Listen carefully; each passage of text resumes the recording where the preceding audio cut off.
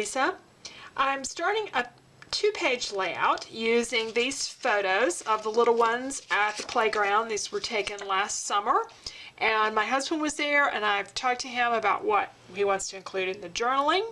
And I've got a lot of pictures that I want to crop down, and I'd like to do a really fun background for these. I follow Paige Taylor Evans on Instagram. She does some beautiful, beautiful layouts. And one of the things I noticed her doing is taking die cuts and sort of filling in or putting underneath the die cuts to peek through some different papers, small print type of papers. And she does a lot of pink and blue, and it's a color arrangement that she really likes. I want to pull the colors out of these photos and do that same type of idea. When I went to the Silhouette store, though, to find something, I was looking for a geometric shape that I could plug in some different colors, and I wanted something kind of semi-roundish, octagon shaped or hexagon shaped or whatever. I've ended up with I guess this is a septagon, because this is 7 sides. 1, 2, 3, 4, 5, 6, 7. No, I've got an octagon. I've got 8 sides. What I've ended up with is something that I drew and designed myself because I couldn't find anything that I really liked. So I just pulled together some triangles and welded those, and it took me a little while to do, but I think it's going to be a fun design. And what I want to do is put these, probably about 5 of them, going across the 2 pages of Basil cardstock that I decide on for the background, because there's a lot of beige in the background. I guess those are wood chips that were lining this playground.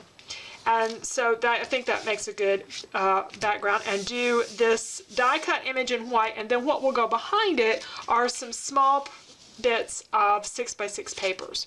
So the first thing I'm going to do is pick out 6x6 papers, a whole bunch of scraps in these pink and red, and there's even a little orange here, bright green, purple, lots of blue and yellow, and just lots of those kinds of colors, and pull those together. And then I'm going to cut these out, and then we'll cut out the designs to go inside of them. And I'll show you some tricks for doing that to make it go a little bit faster.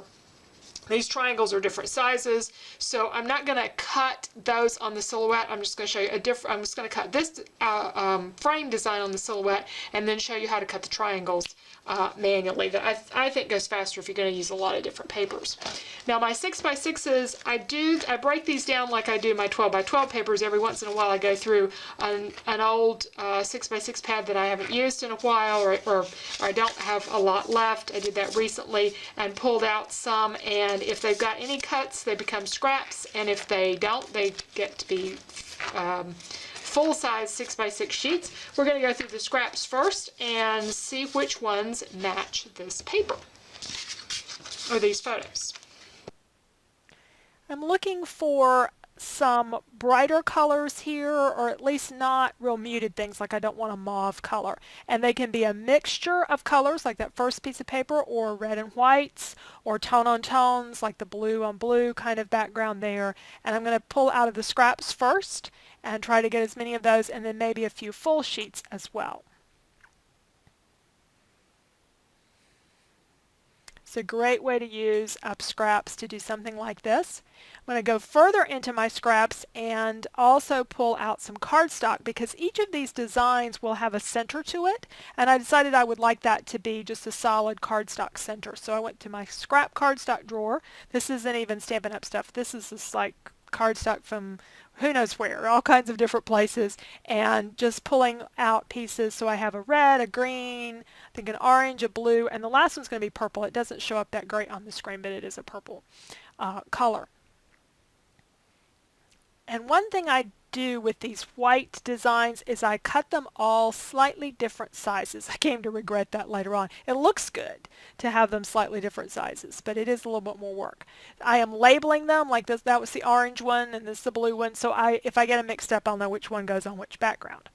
What I'm doing first is I'm outlining where the paper is going to be glued over, because I need it to be slightly larger than this outline so that the white part covers it. Now if I had cut them all the same size, I could have just done all these triangles. I could have taken one triangle and cut it 5 times for the 5 different designs that I had. But no, I had to make all of the triangles different, and I had to make 5 different cuts in different sizes. So I ended up having to do them all differently, but it works.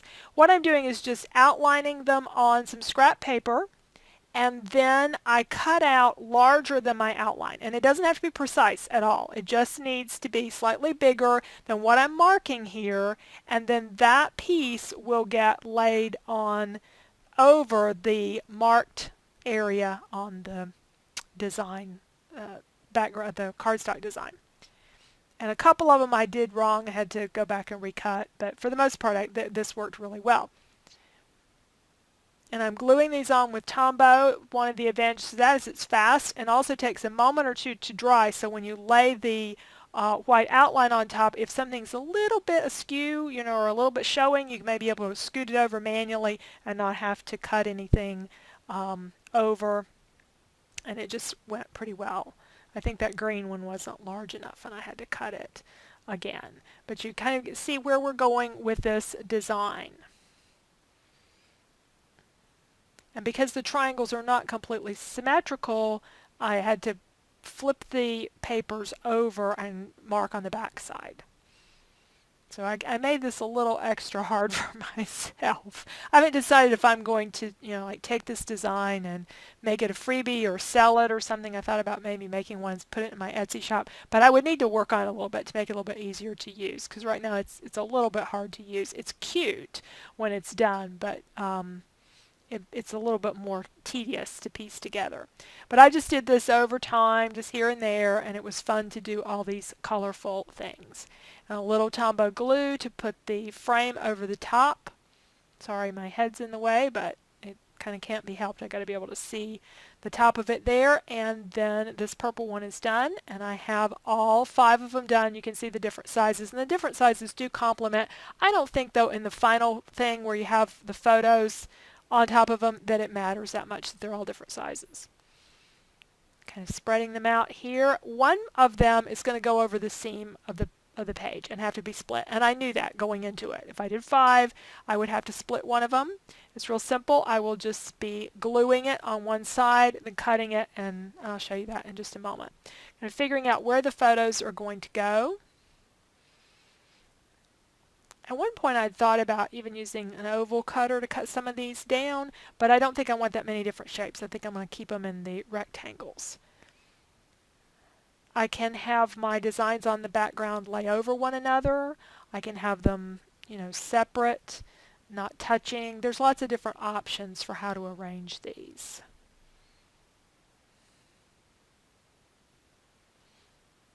And they're purposely quirky, so they have a few little points to them. I did like that part of the design.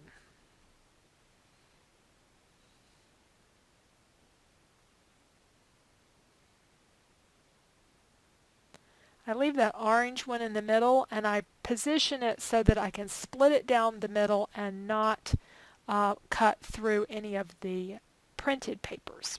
But I did feel like the layout needed something to pull it all together, so I pulled out some background paper in the pink and blue, and the blue I had to piece together, but to just, again, these were out of the scrap drawer, didn't even have a full sheet of that pink, just to, there's 2 different pinks there, but I didn't have a full sheet of either one of them, I don't think, or certainly not the polka dot one, but I'm just using that as kind of a wide border going across, and that sort of ties everything together.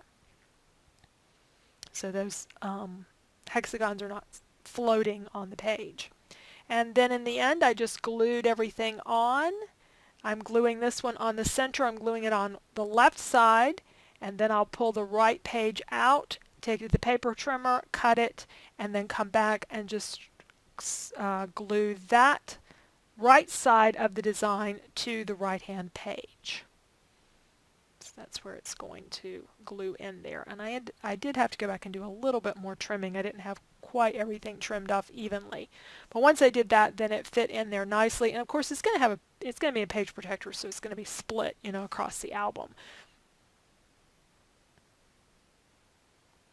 I don't do that a lot. I don't split elements too often, but I think this one will work nicely. Because the photos, I very, very seldom split a photo across 2 pages. It's just not a look that I care for. So the photos are arranged so that they're, like the climbing wall ones are going to be up on top, and I'm going to split those and put one of them a little higher than the other, that kind of thing, to go with that movement that went on at the playground.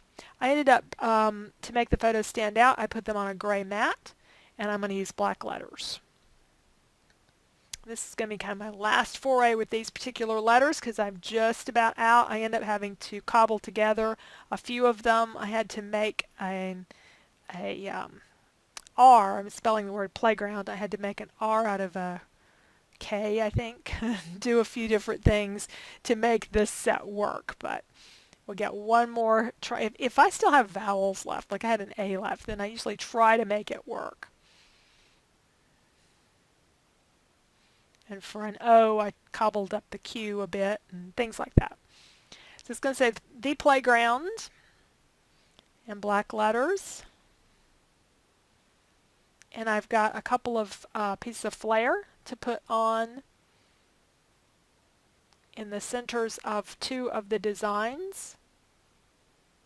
Use that bright pink color, and then I've got a little horse piece of flare. I never knew where I would ever use that horse, but we've got, like the carousel at the playground, so that's what the horse was good for. And I felt like I needed something in the upper left-hand corner, so I just used these canvas pieces that are supposed to be colored, and I left them solid in the solid white.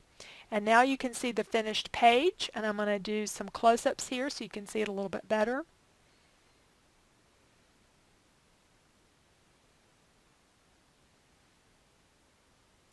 It was a really fun page to do. I don't get to do a lot of kid pages, but I always enjoy doing them, to use some of these bright colors and do some things that I might not normally do on our pages.